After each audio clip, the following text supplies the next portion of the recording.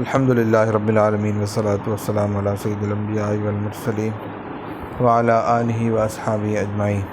میں مولوی صدیق اکبر، YouTube channel اسرا T V سے۔ اب صرف ایک سوال باقی رہ گیا، یعنی کیا ہم میں طاقت، مقاومت اور قوت مقابلہ اس درجے کی ہے کہ ہم فتح پا سکیں یا نہیں؟ اسی پر غور کرنے کے لیے جامع مسجد میں اجتماع کیا گیا۔ مولانا محبوب علی صاحب کی رائے اس وقت بھی یہی رہی کہ ہم میں قوت مقابلہ نہیں ہے، لہذا شرط جہاد اسلامی اصول کے مطابق نہیں پائی جاتی، اور وہ اسی رائے پر آخر تک باقی رہے، مگر خواجہ ضیاء الدین صاحب نے پہلے مخالفت کی، پھر آپ بھی متفق ہو گئے، چنانچہ فتوے پر آپ کے دستخط موجود ہیں۔ بہرحال دستخط کے وقت نہ مرعوبیت تھی، نہ جبر و قہر، بلکہ سوچ سمجھ کر بحث و تمحیص کے بعد دستخط کیے گئے۔ ہاں، ناکامی کے بعد جب دار و گیر کا سلسلہ شروع ہوا تو ممکن ہے کہ کچھ علماء نے جبر کا عذر پیش کر دیا ہو۔ اب آپ وہ فتوے ملاحظہ فرمائیے جس کی تمہید کا طویل سلسلہ چند صفحات سے چل رہا ہے۔ سوال و جواب کی عبارت پر غور کرنے سے واضح ہو جاتا ہے کہ اس وقت ارباب فتویٰ اور اہل علم کے سامنے نہ یہ تصور ہے کہ انگریز حاکم ہے اور ہم اس کی مستأمن رعایا، نہ بادشاہ اور خاندان تیمور کی اہلیت یا نااہلیت کا مسئلہ پیش نظر ہے، اور نہ یہ بات سامنے ہے کہ انگریز اگر قابض ہو گئے تو زن و بچے کا استحصال کر دیں گے۔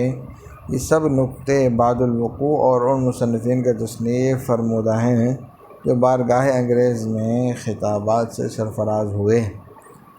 سوال اس وقت صرف ایک تھا کہ آیا ہم میں مقابلے کی طاقت ہے یا نہیں، چنانچہ عبارت سوال یہ ہے۔ کیا فرماتے ہیں علماء دین اس امر میں کہ اب جو انگریز دلی پر چڑھ آئے اور اہل اسلام کی جان و مال کا ارادہ رکھتے ہیں، اس صورت میں اب شہر والوں پر جہاد فرض ہے یا نہیں، اور اگر فرض ہے تو وہ فرض عین ہے یا نہیں، اور وہ لوگ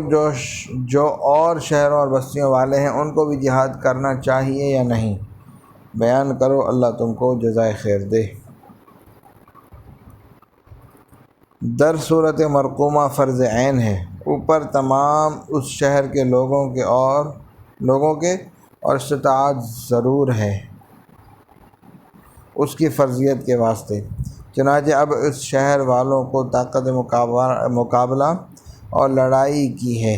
بسبب کثرت اجتماع افواج کے اور مہیا اور موجود ہونے آلات حرب کے، تو فرض عین ہونے میں کیا شک رہا، اور اطراف احوال کے لوگوں پر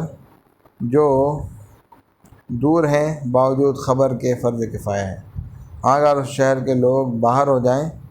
مقابلے سے یا سستی کریں اور مقابلہ نہ کریں تو اس صورت میں ان پر بھی فرض ہو جائے گا، اور اسی طرح اور اسی ترتیب سے سارے اہل زمین پر شرقاً اور غرباً فرض عین ہوگا، اور جو عدو اور بستیوں پر ہجوم اور قتل و غارت کا ارادہ کریں تو اس بستی والوں پر بھی فرض عین ہو جائے گا بشرط ان کی طاقت کے۔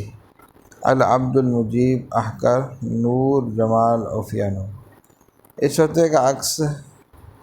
جو سوتنتر دہلی اور نوائے آزادی میں شائع ہوا ہے، اس میں اس جواب کے نیچے مندرجہ ذیل علماء کے دستخط اور مہریں بھی ہیں۔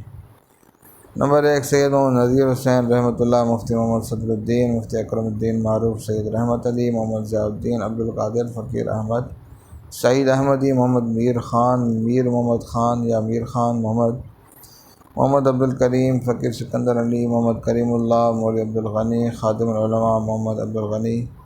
فرید الدین، محمد سرفراز علی، سید محبوب علی جعفری، ابو احمد محمد حامد الدین، سید احمد علی الہی بخش، محمد مصطفیٰ خان ولد حیدر شاہ نقشبندی،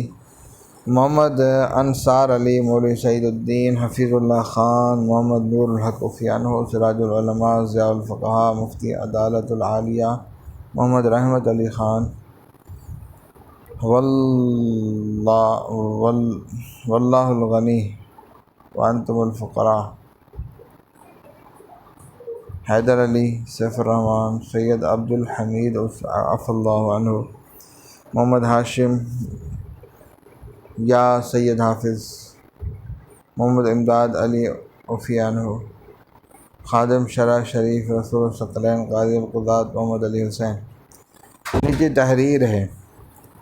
حسب فرمان واجب الادعان شاہی در جمیع المطابع دہلی جمیل الدین خان محترم طبع نمود۔ دستخطوں یا مہروں میں جو الفاظ لکھے ہوئے ہیں وہ بجنس ہی سطور بالا میں درج کیے گئے ہیں، لہذا جناب مولانا مفتی صدر الدین صاحب کے متعلق یہ روایت مشہور ہے کہ آپ نے دستخط سے پہلے شہدت بالحر بھی لکھ دیا تھا، اور ناکامی تحریک کے بعد جب آپ سے باز پرس کی گئی تو آپ نے اپنی معذرت میں پیش کر دیا کہ میں نے خود ہی لکھا ہے شہدت بالجبر، یعنی دستخط جبراً کیے ہیں۔ پس یہ معذرت قبول ہوئی اور آپ بری کر دیے گئے،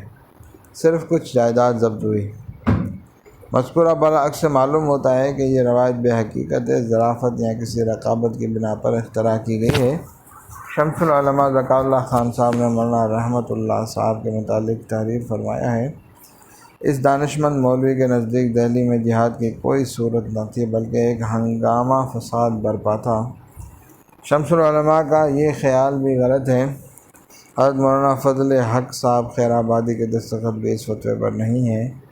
کیونکہ مولانا موصوف اس فتوے کی ترتیب اور جامع مسجد کے اجتماع سے کئی ہفتے بعد وسط اگست میں دہلی تشریف لائے تھے۔ نظم و تنظیم انقلابی جماعتیں، تحریک حضرت سید شہید رحمہ اللہ کے باقیات اور وہابی مجاہدین۔ نظم و تنظیم، یہ حقیقت کسی دلیل کی محتاج نہیں ہے کہ 1857 میں جو انقلابی مارکے ہوئے ان میں نظم نہیں رہا تھا۔ نظم و ضبط سے محرومی کا پہلا نشانہ تو یہ ہے کہ طے شدہ وقت سے تقریباً 3 ہفتے پہلے یہ آتش فشاں میرٹھ میں پھٹ گیا۔ اس کے بعد جہاں جہاں شعلے بھڑکے ان کا وقت ایک نہیں تھا۔ مثلاً تحریک کے ابتدا کے لیے 31 مئی کی تاریخ مقرر تھی، اور یہ بھی طے تھا کہ جہاں جہاں اقدام ہوگا ایک ہی تاریخ میں ہوگا، مگر جذبات اس طرح بے قابو ہوئے کہ 31 مئی کا انتظار ناممکن ہو گیا۔ پھر میرٹھ میں اگر 10 مئی کو یہ بے قابو جذبات برآ فروختہ ہو گئے تھے تو کانپور، لکھنؤ وغیرہ میں 1.5-2 ماہ تک افسردہ پڑے رہے، اور جب وہ شعلہ بار ہوئے تو اس طرح کہ وحدت مقصد اور غائبانہ ہمدردیوں کے علاوہ ضابطے کا کوئی رابطہ آپس میں قطعاً نہ تھا۔ اب سوال یہ ہے کہ یہ بے ربطی اس بنا پر تھی کہ یہ تحریک ابتدا ہی سے نظم و ضبط اور باہمی ربط سے ناآشنا تھی، یا جذبات کی فراوانی اور ناتجربہ کاری نے نظم و ضبط کے دھاگے توڑ ڈالے تھے۔ انگریز مورخین کا اصرار یہی ہے کہ یہ تحریک نظم و ضبط سے قطعاً ناآشنا تھی۔ ان کے نزدیک اس تحریک کی حقیقت سرکش فوجوں کی وقتی ہنگامہ آرائی سے زیادہ نہ تھی۔ ان کو یہ اصرار اس لیے بھی ہے کہ پہلے سے کسی تنظیم کا اعتراف انگریزی افسروں کی نااہلیت کا ثبوت بن جاتا تھا،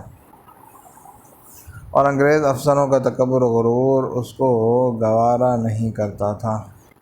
کہ پہلے سے کسی خفیہ تنظیم کا اعتراف کر کے اپنی نااہلیت اور غفلت کو تسلیم کریں، اور خود ان کے ہم رنگ اور ہم نسل ہزاروں انگریز جوان مارکوں میں ہلاک ہوئے تھے، ان کے خون کا بار اپنی گردن پر لیں۔ اسی بنا پر وہ تمام واقعات جو تنظیم کا کھلا ہوا ثبوت ہیں، انگریز افسروں اور ان کی تائید کرتے ہوئے انگریز مورخین نے ان کی توجیہ کر دی۔ مثلاً چپاتیوں اور کنول کے پھول وغیرہ کی تقسیم کو، کنول کے پھول وغیرہ کی تقسیم کو ہندوستانیوں کے اوہام پرستی کا نتیجہ قرار دیا، اور آٹے میں ہڈیوں کی راکھ ملا دینے کے الزام یا اس قسم کے اور پروپیگنڈوں کو جو بانیان تحریک کی طرف سے ملک میں پھیلائے گئے ان کو تسلیم کرنے سے انکار کر دیا۔ صلی اللہ تعالیٰ علی حبیب سیدنا محمد وعلی آلہ وصحبہ اجمعین برحمتک یا ارحم الراحمین۔